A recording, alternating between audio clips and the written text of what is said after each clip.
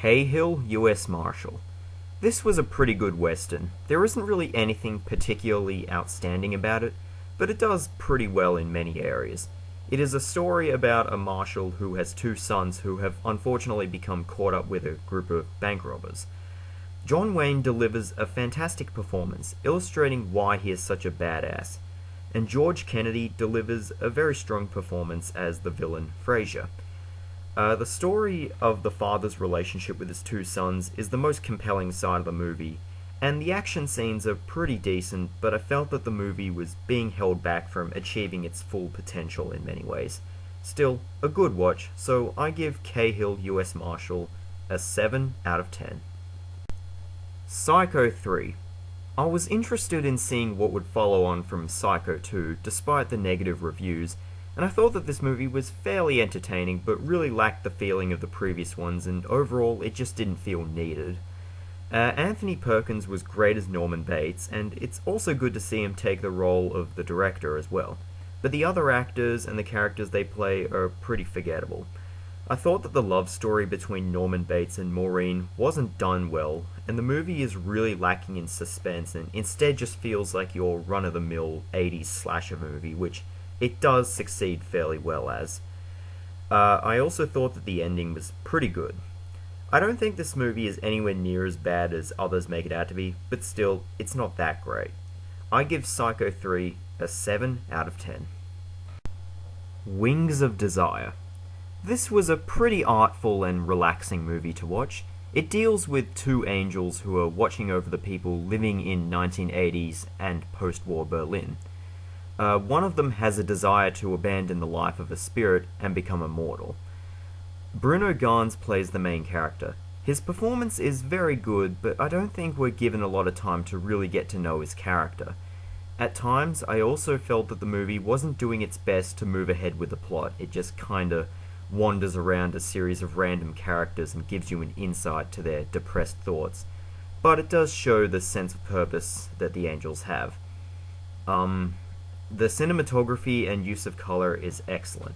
Very nicely shot movie, but what's more notable is the context between the colorless visions of the angels and the vibrant colored perspective of Berlin's residents. It's a pretty well done movie, but really takes its time getting to the point, but overall, it's a nice movie to watch.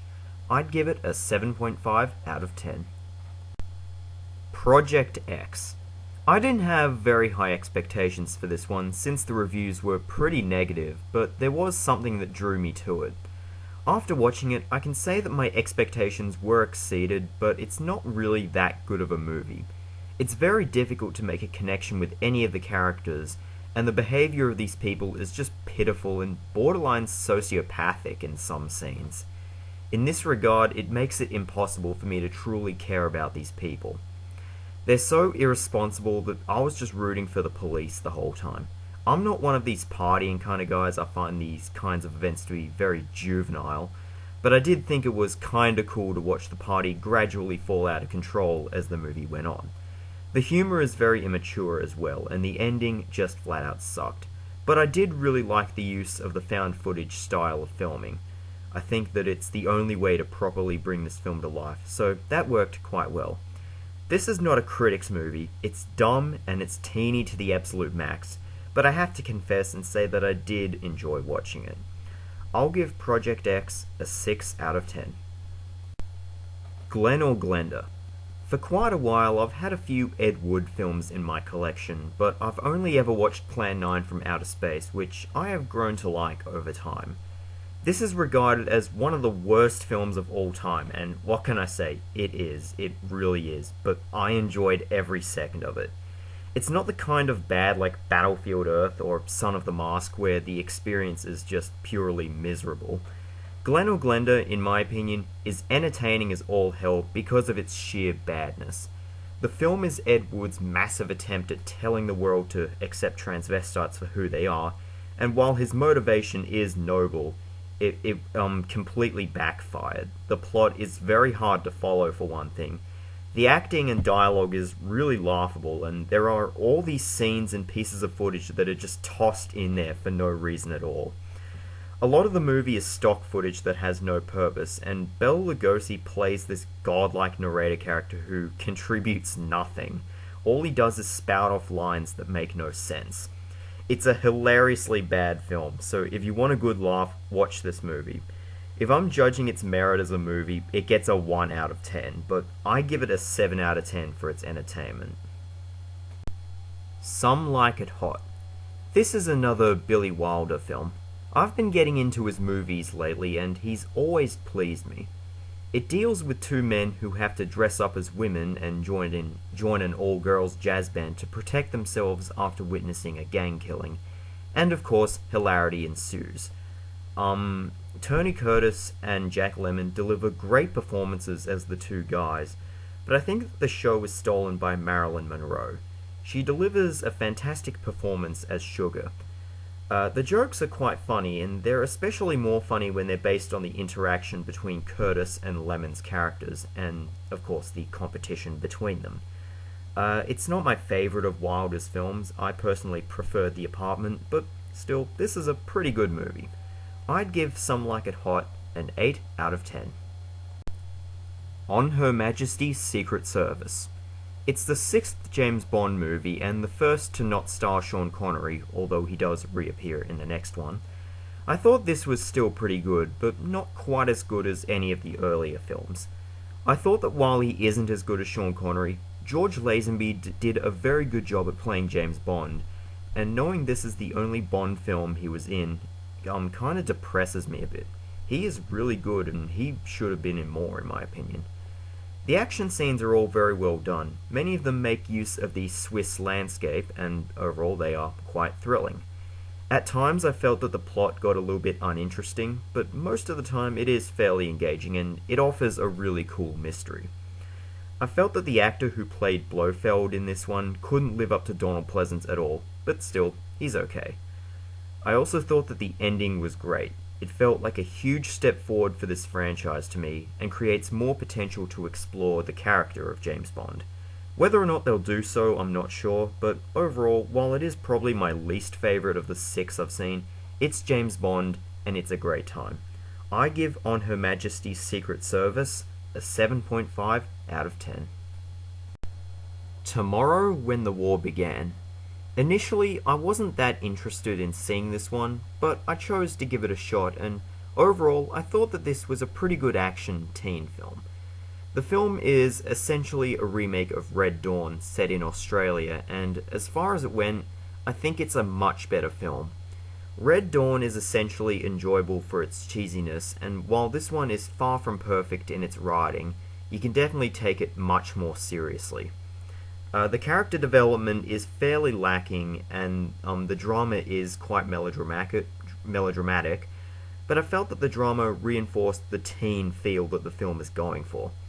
This is a story about a group of young, immature people who are forced to band together and fight back, and of course become adults in the process. It's an interesting way to represent a rite of passage, to say the least. The action scenes are pretty cool too. I do wish that the movie gave us a little bit more of an explanation on who the invaders actually were, though. This is far from perfect, but I actually found it very entertaining despite some problems. I give Tomorrow When the War Began an 8 out of 10. Battle for the Planet of the Apes. The final film of the Planet of the Apes franchise, if you aren't considering the remake and the reboot. It's widely considered to be the worst of the 5 films, but personally, I didn't think so. It does have some flaws, don't get me wrong, but I did think it was a more entertaining movie than both Beneath and Conquest. I thought that the setting was fantastic. It's really cool to see early ape civilization getting underway in the movie, whilst they still lived somewhat harmoniously with some of the humans. I also thought Roddy McDowall did a fantastic job once again playing Caesar. I think he really brought a strong leadership factor to the character in this one, with support from the screenplay, of course. I did think that the militant humans were a little bit silly. Many of the ape characters, such as Caesar's wife, aren't given a whole lot to do, and there are a fair few plot holes, but I don't really see why a lot of people don't like this one all that much. It's not the best one, obviously, but I thought it was a really nice science fiction film, and a worthy sequel to the franchise. I thought that this series, although not always perfect, was great. I'll give Battle for the Planet of the Apes an 8 out of 10. Fear and Loathing in Las Vegas. I'm going to use a comment that the Nostalgia Critic used when he talked about this film, simply because it's so true. It's fascinating to see how delightfully unpleasant this movie is, and what I mean is that it's incredibly entertaining, but it's not an easy one to watch. The world of Las Vegas that Terry Gilliam has created truly is hideous, to say the least, but it really does emphasize the overall experience of watching the film. Johnny Depp and Benicio del Toro deliver excellent and very eccentric performances as Duke and Gonzo. The characters are incredibly likable, despite how out of control they are in the already crazy world depicted in the film. There's a lot of unique imagery and fantastic dialogue, which again elevates the experience. I guess you could ultimately say that despite how insane, how drugged up, and how reckless it really is an awesome movie watching experience. I didn't care for Gilliam's earlier film Brazil all that much, but I thought this was a really great movie. A film like no other. I give Fear and Loathing in Las Vegas an 8.5 out of 10. Anyways guys, that's my video. I hope you enjoyed it, and goodbye.